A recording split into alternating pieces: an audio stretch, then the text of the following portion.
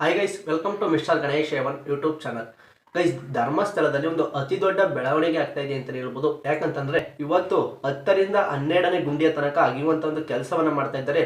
ಈ ಗುಂಡಿಗಳಲ್ಲಿ ಅಸ್ಥಿ ಪಂಜರ ಖಂಡಿತವಾಗ್ಲೂ ಸಿಕ್ಕೇ ಸಿಗುತ್ತೆ ಅಂತೇಳಿ ಅನಾಮಿಕ ವ್ಯಕ್ತಿ, ಈಗ ನಾವು ಕರೀತಾ ಇದೀವಿ ಭೀಮಾ ಅಂತೇಳಿ, ಈ ಭೀಮಾ ಹೇಳ್ತಾ ಇರೋಂಥದ್ದು 9ರಿಂದ 13 ಗುಂಡಿಗಳಲ್ಲಿ ಖಂಡಿತವಾಗ್ಲೂ ಅಸ್ಥಿ ಪಂಜರಗಳು ಸಿಕ್ಕೇ ಸಿಗುತ್ತೆ ಅಂತ ತುಂಬಾನೇ ಕಾನ್ಫಿಡೆನ್ಸ್ ಆಗಿ ಹೇಳ್ತಾ ಇದ್ದಾನೆ.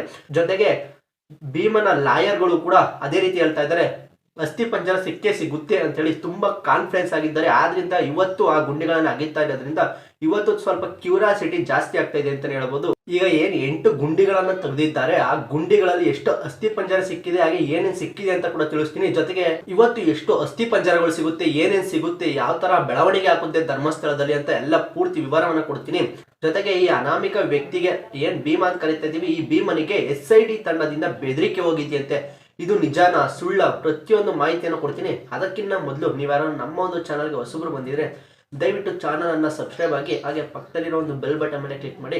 ನಾನು ಯಾವುದೇ ವಿಡಿಯೋನ ಹಾಕೋರು ನಿಮಗೆ ನೋಟಿಫಿಕೇಶನ್ ಮುಖಾಂತರ ಬರುತ್ತೆ ಅಂತ ಹೇಳ್ತಾ ವಿಡಿಯೋನ ಸ್ಟಾರ್ಟ್ ಮಾಡೋಣ ಬನ್ನಿ ಗೈಸ್. ಹೊಸಬ್ರು ಯಾರು ವಿಡಿಯೋ ನೋಡ್ತಾ ಇದ್ರೆ ಅವರಿಗೆ ಗೊಂದಲ ಆಗ್ಬಾರ್ದು ಅನ್ನೋ ಒಂದು ಕಾರಣದಿಂದ ಮೊದಲಿಂದ ಏನೇನಾಯ್ತು ಅಂತ ಒಂದು ಚಿಕ್ಕದಾಗಿ ವಿವರವನ್ನ ಕೊಡ್ತೀನಿ ಗೈಸ್. ಒಬ್ಬ ಅನಾಮಿಕ ವ್ಯಕ್ತಿ ಬಂದು ಲಾಯರ್ಗಳ ಮುಖಾಂತರ ಕೋರ್ಟ್ ನಲ್ಲಿ ಮತ್ತೆ ಸ್ಟೇಷನ್ ಗಳಲ್ಲಿ ಒಂದು ಕಂಪ್ಲೇಂಟ್ ಅನ್ನ ಕೊಡ್ತಾರೆ. ಏನ್ ಕಂಪ್ಲೇಂಟ್ ಅಂದ್ರೆ, ಈ ರೀತಿ ನಾನು ಧರ್ಮಸ್ಥಳದಲ್ಲಿ ಈ ಹಿಂದೆ ಕೆಲಸವನ್ನ ಮಾಡ್ತಾ ಇದ್ದೆ 2014ರ ತನಕ. 2014ರಲ್ಲಿ ನಾನು ಈ ರಾಜ್ಯವನ್ನ ಬಿಟ್ಟು ಹೊರ ರಾಜ್ಯಕ್ಕೆ ಹೋಗಿ ನೆಲೆ ನಿಂತಿದ್ದೆ. ನಾನು 2014ರ ತನಕ ಏನ್ ಕೆಲಸವನ್ನ ಮಾಡ್ತಾ ಇದ್ದೆ, ಆ ಒಂದು ಸಮಯದಲ್ಲಿ ಧರ್ಮಸ್ಥಳದ ಸುತ್ತಮುತ್ತ ತುಂಬಾ ಅನ್ಯಾಯಗಳಾಗಿದೆ. ನಾನು ಎಷ್ಟೋ ಶವಗಳನ್ನ ಊತಿದ್ದೀನಿ, ಅಲ್ಲಿ ರೇಪ್ ಗಳನ್ನ ಮಾಡಿ, ಮರ್ಡರ್ ಗಳನ್ನ ಮಾಡಿ, ನನ್ನ ಕೈಲಿ ಇಷ್ಟವಿಲ್ಲದಿದ್ದರೂ ಎದರಿಸಿ ಬೆದರಿಸಿ ಆ ಶವಗಳನ್ನ ನನ್ನ ಕೈಲಿ ಮಣ್ಣು ಮಾಡಿಸಿದ್ರು ಅಂತೇಳಿ ಒಬ್ಬ ಅನಾಮಿಕ ವ್ಯಕ್ತಿ ಬಂದು ಜಡ್ಜ್ ನ ಮುಂದೆ 164 ಸ್ಟೇಟ್ಮೆಂಟ್ ಅನ್ನ ಕೊಡ್ತಾನೆ. ಜೊತೆಗೆ ಸ್ಟೇಷನ್ಗೆ ಹೋಗಿ ಕಂಪ್ಲೇಂಟ್ ಅನ್ನು ಸಹ ಕೊಡ್ತಾರೆ. ಆಗ ಸಹಜವಾಗಿ ಸೋಷಿಯಲ್ ಮೀಡಿಯಾಗಳಲ್ಲಿ ಈ ಒಂದು ಸುದ್ದಿ ತುಂಬಾನೇ ಸದ್ದು ಮಾಡೋದಕ್ಕೆ ಸ್ಟಾರ್ಟ್ ಆಗುತ್ತೆ. ಆಗ ಈ ಒಂದು ಕೇಸ್ಗೆ ಪೊಲೀಸರನ್ನ ನೇಮಕ ಮಾಡ್ತಾರೆ. ಆದರೆ ಪೊಲೀಸರ ಒಂದು ಬೇಜವಾಬ್ದಾರಿಯಿಂದ ಅಥವಾ ಪೊಲೀಸರ ಒಂದು ನಿರ್ಲಕ್ಷ್ಯದಿಂದ ಈ ಕೇಸು ಮುಂದುವರಿಯುವುದು ತುಂಬಾನೇ ತಡ ಆಗ್ತಾ ಇರುತ್ತೆ. ಈ ಸಂದರ್ಭದಲ್ಲಿ ಸೋಷಿಯಲ್ ಮೀಡಿಯಾದಲ್ಲಿ ತುಂಬಾನೇ ಸದ್ದನ್ನ ಮಾಡ್ತಾ ಇರುತ್ತೆ ಈ ಒಂದು ಪ್ರಕರಣ. ಆಗ ಸರ್ಕಾರಕ್ಕೆ ಒಂದು ಆಗ್ರಹ ಕೂಡ ಹೋಗುತ್ತೆ. ಏನಂದ್ರೆ, ಈ ಕೇಸಿಗೆ ನೀವು SIT ನ ರಚನೆ ಮಾಡಬೇಕು ಅಂತೇಳಿ ಒಂದು ಆಗ್ರಹ ಹೋಗುತ್ತೆ. ಸೋಷಿಯಲ್ ಮೀಡಿಯಾದಲ್ಲಿ ತುಂಬಾ ಸದ್ದು ಮಾಡ್ತಿದ್ದ ಕಾರಣ ಸರ್ಕಾರಕ್ಕೆ ಒಂದು ರೀತಿ ಒತ್ತಡ ಆಗುತ್ತೆ. ಆಗ ಸರ್ಕಾರ ಕೂಡ SIT ನ ಈ ಒಂದು ಕೇಸ್ಗೆ ನೇಮಕ ಮಾಡ್ತಾರೆ. SIT ರಚನೆ ಆಗ್ತಿದ್ದಾಗೆ ಈ ಅನಾಮಿಕ ವ್ಯಕ್ತಿ ಅಂತ ಏನ್ ಕರೀತಾ ಇದೀವಿ ನಾವು, ಅಥವಾ ಭೀಮಾ ಅಂತ ಏನ್ ಕರೀತಾ ಇದೀವಿ, ಈತನನ್ನ 15 ಗಂಟೆಗಳ ಕಾಲ ವಿಚಾರಣೆಯನ್ನ ನಡೆಸ್ತಾರೆ. ವಿಚಾರಣೆ ಆಗ್ತಿದ್ದಾಗೆ ಈ SIT ತಂಡ ಭೀಮನನ್ನ ಕರ್ಕೊಂಡು ಧರ್ಮಸ್ಥಳಕ್ಕೆ ಬರ್ತಾರೆ.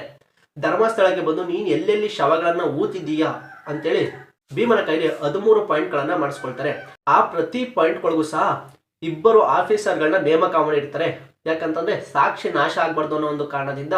ಅದಾದ ನಂತರ ಮಾರನೇ ದಿನ SIT ತಂಡ ಭೀಮನನ್ನ ಕರ್ಕೊಂಡು ಆ ಸ್ಥಳಗಳಿಗೆ ಬರ್ತಾರೆ. ಆ ಸ್ಥಳಗಳಿಗೆ ಬಂದು ಸ್ಥಳಗಳನ್ನ ಅಗೆಯುವಂತ ಕೆಲಸವನ್ನ ಮಾಡ್ತಾರೆ. ಅಂದ್ರೆ ಇಲ್ಲಿ ಅಸ್ಥಿ ಪಂಜರಗಳು ಇದೆಯಾ ಅಂತೇಳಿ ಗುಂಡಿಗಳನ್ನ ಅಗೆಯೋದಿಕ್ಕೆ ಸ್ಟಾರ್ಟ್ ಮಾಡ್ಕೊಳ್ತಾರೆ. ಗುಂಡಿಗಳನ್ನ ಅಗೆಯುತ್ತಿದ್ದಾಗೆ ಮೊದಲನೇ ಗುಂಡಿಯಲ್ಲಿ ಏನು ಸಹ ಸಿಗೋದಿಲ್ಲ. ಆಗ ಸ್ವಲ್ಪ ಅನುಮಾನಗಳು ಸ್ಟಾರ್ಟ್ ಆಗೋದಿಕ್ಕೆ ಆರಂಭ ಆಗುತ್ತೆ. ಅದಾದ ನಂತರ 2ರಿಂದ 5ನೇ ಗುಂಡಿಯವರೆಗೂ ಅಗೀತಾರೆ. ಆದರೆ 2ರಿಂದ 5ನೇ ಗುಂಡಿಯವರೆಗೂ ಯಾವುದೇ ರೀತಿ ಅಸ್ಥಿ ಪಂಜರ ಅಥವಾ ಮೂಳೆಗಳು ಸಿಗೋದಿಲ್ಲ. ಬದಲಾಗಿ ಒಂದು ATM ಕಾರ್ಡು ಮತ್ತೆ ಒಂದು ಪಾನ್ ಕಾರ್ಡು ಮತ್ತೆ ಒಂದು ಗ್ಲೌಸ್ ಸಿಗುತ್ತೆ. ಇಷ್ಟನ್ನ ಬಿಟ್ಟು ಇನ್ನೇನು ಸಿಗೋದಿಲ್ಲ. ಆಗ ಭೀಮನ ಮೇಲೆ ಒಂದಷ್ಟು ಅನುಮಾನಗಳು ಜಾಸ್ತಿ ಆಗುತ್ತೆ. ಆಗ ಒಂದಷ್ಟು ಮಾಧ್ಯಮಗಳಲ್ಲೆಲ್ಲ ಭೀಮನ ಬಗ್ಗೆ ನೆಗೆಟಿವ್ ಬರೋದಕ್ಕೆ ಸ್ಟಾರ್ಟ್ ಆಗುತ್ತೆ. ಇವನು ನಕಲಿ ಭೀಮಾ, ಈತ ಹೇಳುತ್ತಿರುವುದೆಲ್ಲ ಸುಳ್ಳು, ಸರ್ಕಾರದ ಸಮಯವನ್ನೆಲ್ಲ ವ್ಯರ್ಥ ಮಾಡ್ತಾ ಇದ್ದಾನೆ ಅಂತೇಳಿ ನೆಗೆಟಿವ್ ಸ್ಟಾರ್ಟ್ ಆಗೋದಿಕ್ಕೆ ಆರಂಭ ಆಗುತ್ತೆ. ಆದರೆ 6ನೇ ಗುಂಡಿಯನ್ನು ಅಗೆಯೋದಿಕ್ಕೆ ಅಂತೇಳಿ ಬರ್ತಾರೆ. 6ನೇ ಗುಂಡಿಯನ್ನ ಅಗೆಯುತ್ತಿದ್ದಾಗೆ ಒಂದಷ್ಟು ಮೂಳೆಗಳು ಸಿಗುತ್ತೆ, ಅಸ್ಥಿ ಪಂಜರ ಸಿಗುತ್ತೆ. ಅಂದ್ರೆ ಟೋಟಲ್ ಆಗಿ ಬಾಡಿ ಪೂರ್ತಿ ಅಸ್ಥಿ ಪಂಜರ ಸಿಗೋದಿಲ್ಲ, ಬದಲಾಗಿ ಒಂದಷ್ಟು ಮೂಳೆಗಳು ಸಿಗುತ್ತೆ. ಮಾಹಿತಿ ಪ್ರಕಾರ 16 ಮೂಳೆಗಳು ಸಿಗುತ್ತೆ ಅಂತೇಳಿ ಮಾಹಿತಿ ಕೂಡ ಬಂದಿದೆ. 16 ಮೂಳೆಗಳು ಅವತ್ತಿನ ದಿನ ಸಿಗುತ್ತೆ. 6ನೇ ಪಾಯಿಂಟ್ ನಲ್ಲಿ ಆ ಮೂಳೆಗಳು ಸಿಕ್ತಿದ್ದಾಗೆ ಮತ್ತಷ್ಟು ಸುದ್ದಿ ಹೆಚ್ಚಾಗುತ್ತೆ. ಅಂದ್ರೆ ಈ ಧರ್ಮಸ್ಥಳ ಕೇಸ್ಗೆ ಸಂಬಂಧಪಟ್ಟಂತೆ ಸುದ್ದಿ ಇನ್ನಷ್ಟು ಜಾಸ್ತಿ ಆಗೋದಕ್ಕೆ ಸ್ಟಾರ್ಟ್ ಆಗುತ್ತೆ. 6ನೇ ಗುಂಡಿಯಲ್ಲಿ ಸಿಕ್ಕಂತ ಮೂಳೆಗಳನ್ನ ಸಂಗ್ರಹಿಸಿ ಮಣಿಪಾಲ್ ಆಸ್ಪತ್ರೆಯ ಲ್ಯಾಬಿಗೆ ಕಳಿಸ್ತಾರೆ. ಯಾಕಂತಂದ್ರೆ ಆ ಮೂಳೆಗಳನ್ನ FSL ವರದಿಗೆ ಕಳಿಸುವ ಸಲುವಾಗಿ ಮಣಿಪಾಲ್ ಆಸ್ಪತ್ರೆ ಲ್ಯಾಬಿಗೆ ಕಳಿಸ್ತಾರೆ. FSL ವರದಿ ಬರ್ತಿದ್ದಾಗೆ FSL ವರದಿಯಲ್ಲಿ ಇದು ಗಂಡಿನ ಮೂಳೆನ, ಹೆಣ್ಣಿನ ಮೂಳೆನ, ಅಥವಾ ಯಾವ ಏಜ್ ನಲ್ಲಿ ಇದ್ದಾಗ ಸತ್ತಿದ್ದು ಅಂತ ಒಂದಷ್ಟು ಮಾಹಿತಿಗಳೆಲ್ಲ ಬರುತ್ತೆ. ಆ ಮಾಹಿತಿಗಳ ಮೇರೆಗೆ ಯಾರ್ಯಾರು ದೂರನ್ನ ಕೊಟ್ಟಿರ್ತಾರೆ ಧರ್ಮಸ್ಥಳದಲ್ಲಿ ಅಥವಾ ಧರ್ಮಸ್ಥಳದ ಸುತ್ತಮುತ್ತ ಕಾಣೆಯಾದಂತ ದೂರನ್ನ ಯಾರು ಕೊಟ್ಟಿರ್ತಾರೆ ಅವರ ಒಂದು DNA ಗೆ ಮ್ಯಾಚ್ ಮಾಡಿ ಆ DNA ಗಳಿಗೆ ಮ್ಯಾಚ್ ಆದ್ರೆ ಅವರಿಗೆ ಆ ಅಸ್ಥಿ ಪಂಜರಗಳನ್ನ ರವಾನೆ ಮಾಡುವಂತ ಒಂದು ಕೆಲಸವನ್ನ ಈ SIT ತಂಡ ಮಾಡುತ್ತೆ. ನಂತರ 6ನೇ ಗುಂಡಿಯಲ್ಲಿ ಮೂಳೆ ಸಿಕ್ತು ಅಂತ ಅಲ್ಲಿಗೆ ಸ್ಟಾಪ್ ಮಾಡಿಲ್ಲ SIT ತಂಡ. ಅದನ್ನ ಮುಂದುವರಿಸ್ತು 7ನೇ ಗುಂಡಿ 8ನೇ ಗುಂಡಿಯ ತನಕ ಅಗಿಯುವಂತ ಕೆಲಸವನ್ನ ಮಾಡ್ತು. ಆದರೆ ಆ ಗುಂಡಿಗಳಲ್ಲೂ ಸಹ ಏನೂ ಸಿಗ್ಲಿಲ್ಲ. ಆದ್ರೂ ಸ್ವಲ್ಪ ಆತ್ಮವಿಶ್ವಾಸ ಕುಗ್ಲಿಲ್ಲ ಭೀಮನಿಗೆ. ಯಾಕಂತಂದ್ರೆ 9ರಿಂದ 13 ಪಾಯಿಂಟ್ಗಳು ಏನಿದೆ ಈ ಪಾಯಿಂಟ್ಗಳಲ್ಲಿ ಅಸ್ಥಿ ಪಂಜರ ಸಿಕ್ಕೇ ಸಿಗುತ್ತೆ ಅಂತೇಳಿ ಭೀಮನಿಗೆ ಕನ್ಫರ್ಮ್ ಇತ್ತು. ಯಾಕಂತಂದ್ರೆ ಅವನು ಅಷ್ಟು ಆತ್ಮವಿಶ್ವಾಸದಿಂದ ಅಷ್ಟು ಕಾನ್ಫಿಡೆನ್ಸ್ ಇಂದ ಹೇಳ್ತಾ ಇದ್ದ. 8ನೇ ಗುಂಡಿ ತನಕ ಏನು ಸಿಕ್ಕಿರ್ಲಿಲ್ಲ. ಬಟ್ ಇವತ್ತು 9ನೇ ಗುಂಡಿಯಿಂದ ಕಾರ್ಯಾಚರಣೆ ಆಗುವ ಎಲ್ಲಾ ಲಕ್ಷಣಗಳು ಕೂಡ ಇದೆ. ನೋಡೋಣ 9ನೇ ಗುಂಡಿ ಅಥವಾ 10ನೇ ಗುಂಡಿ 11 12ನೇ ಗುಂಡಿ ತನಕ ಇವತ್ತು ಅಗಿತಾನೆ ಅನ್ನೋ ಒಂದು ಮಾಹಿತಿ ಇದೆ. ಎಷ್ಟು ಗುಂಡಿಗಳನ್ನ ಅಗಿತಾರೆ, ಜೊತೆಗೆ ಗುಂಡಿಗಳಲ್ಲಿ ಏನ್ ಸಿಗುತ್ತೆ, ಅಸ್ಥಿ ಪಂಜರ ಸಿಗುತ್ತಾ ಇಲ್ವಾ ಅಂತೇಳಿ ಕನ್ಫರ್ಮ್ ಆಗಿ ಮಾಹಿತಿಯನ್ನ ನಾನು ನಿಮ್ಗೆ ನೀಡ್ತಾ ಇರ್ತೀನಿ.